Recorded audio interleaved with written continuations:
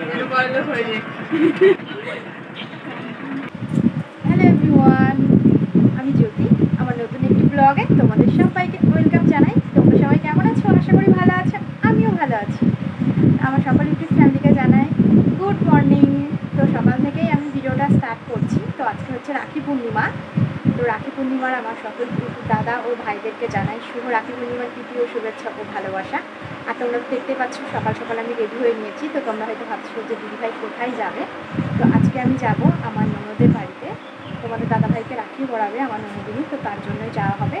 আর তোমরা তো দেখতেই পাচ্ছ আমি একটু সাজুগুজু করে নিয়েছি।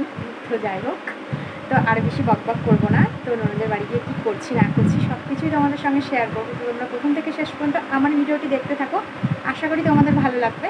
তো চলো তাহলে বেরোনো যাক। এদিকে এখন বেরিয়ে পড়েছি আমি আর আমার মুনিয়া। তো তোমরা হয়তো ভাবছো যে মুনিয়া আবার কে? মুনিয়া হচ্ছে আমার নতুন সাইকেলটার নাম। তো যাই হোক, বেশি দূরে না, কাছেই ননদের বাড়ি, তো তার জন্য সাইকেল করে যাওয়া হচ্ছে। তো তোমরা প্রথম থেকে শেষ পর্যন্ত আমার ভিডিওটি দেখতে থাকো। আর এই দিকে দেখো, চলে এসেছি ননদের বাড়িতে। ভীষণ গরম লেগে গেছে যেহেতু সাইকেল চালিয়ে এসেছি, আর প্রচণ্ড গরমও লাগছিল। তো এসে পাখার নিচে বসলাম আর প্রচণ্ড ঘেমেও গেছি। তো যাই হোক, আর এইদিকে দেখো ননদিনী আমাকে এখন পেস্ট্রি কেক খেতে দিয়েছে। তো এখানে দেখো এই যে কেকের প্লেট ধরিয়ে দিয়ে চলে গেল ননদিনী। তো বললো বৌদি তুমি এটা খাও। তো যাই হোক, আর এদিকে দেখো আমি এখানে খেতেও শুরু করে দিয়েছি। আর এই পেস্ট্রি কেক খেতে না আমার ভীষণই ভালো লাগে। মাঝে মাঝে তোমাদের দাদাভাইও এনে দেয় মিওমোর থেকে পেস্ট্রি কেক। আমার সত্যি ভীষণ ভীষণ ভালো লাগে কেক খেতে। আমার কেক খাওয়া হয়ে গেছে আর এদিকে চলে এসেছি রান্নাঘরে সমস্ত কিছু গুছিয়ে নিয়ে। আবার তো রান্না করতে হবে আমাকে, তাই না?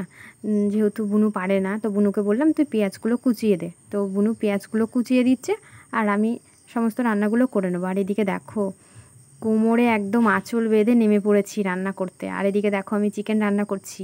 কালারটা কেমন হয়েছে তোমরা অবশ্যই কমেন্ট করে জানিও। তো যাই হোক, আমার রান্না করা হয়ে গেছে আর এখানে ভীষণ গরম লাগছিল। তো তার জন্য তোমাদের দাদাভাই এসে বলছে বউ তুমি তো ভীষণ ঘেমে গেছো, তো পাখার হাওয়াতে এসে একটু বসো। তো যাই হোক, তাই জন্য আমি হাসছিলাম। আর এদিকে তোমাদের দাদাভাইকে দেখো বুনু এখন রাখি পরাবে।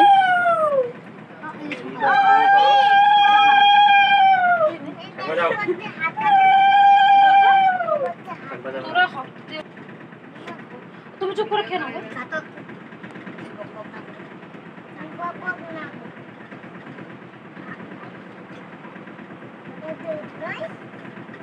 আর এইদিকে বুনু তার দাদাভাইয়ের হাতে রাখি পরিয়ে দিল।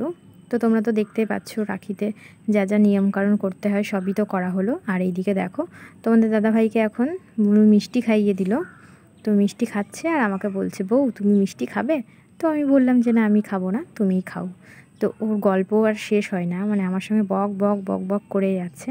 আর এইদিকে দেখো বুনু এখন সেই লেভেলের একটা ডায়লগ দেবে, তোমরা শুনতে থাকো।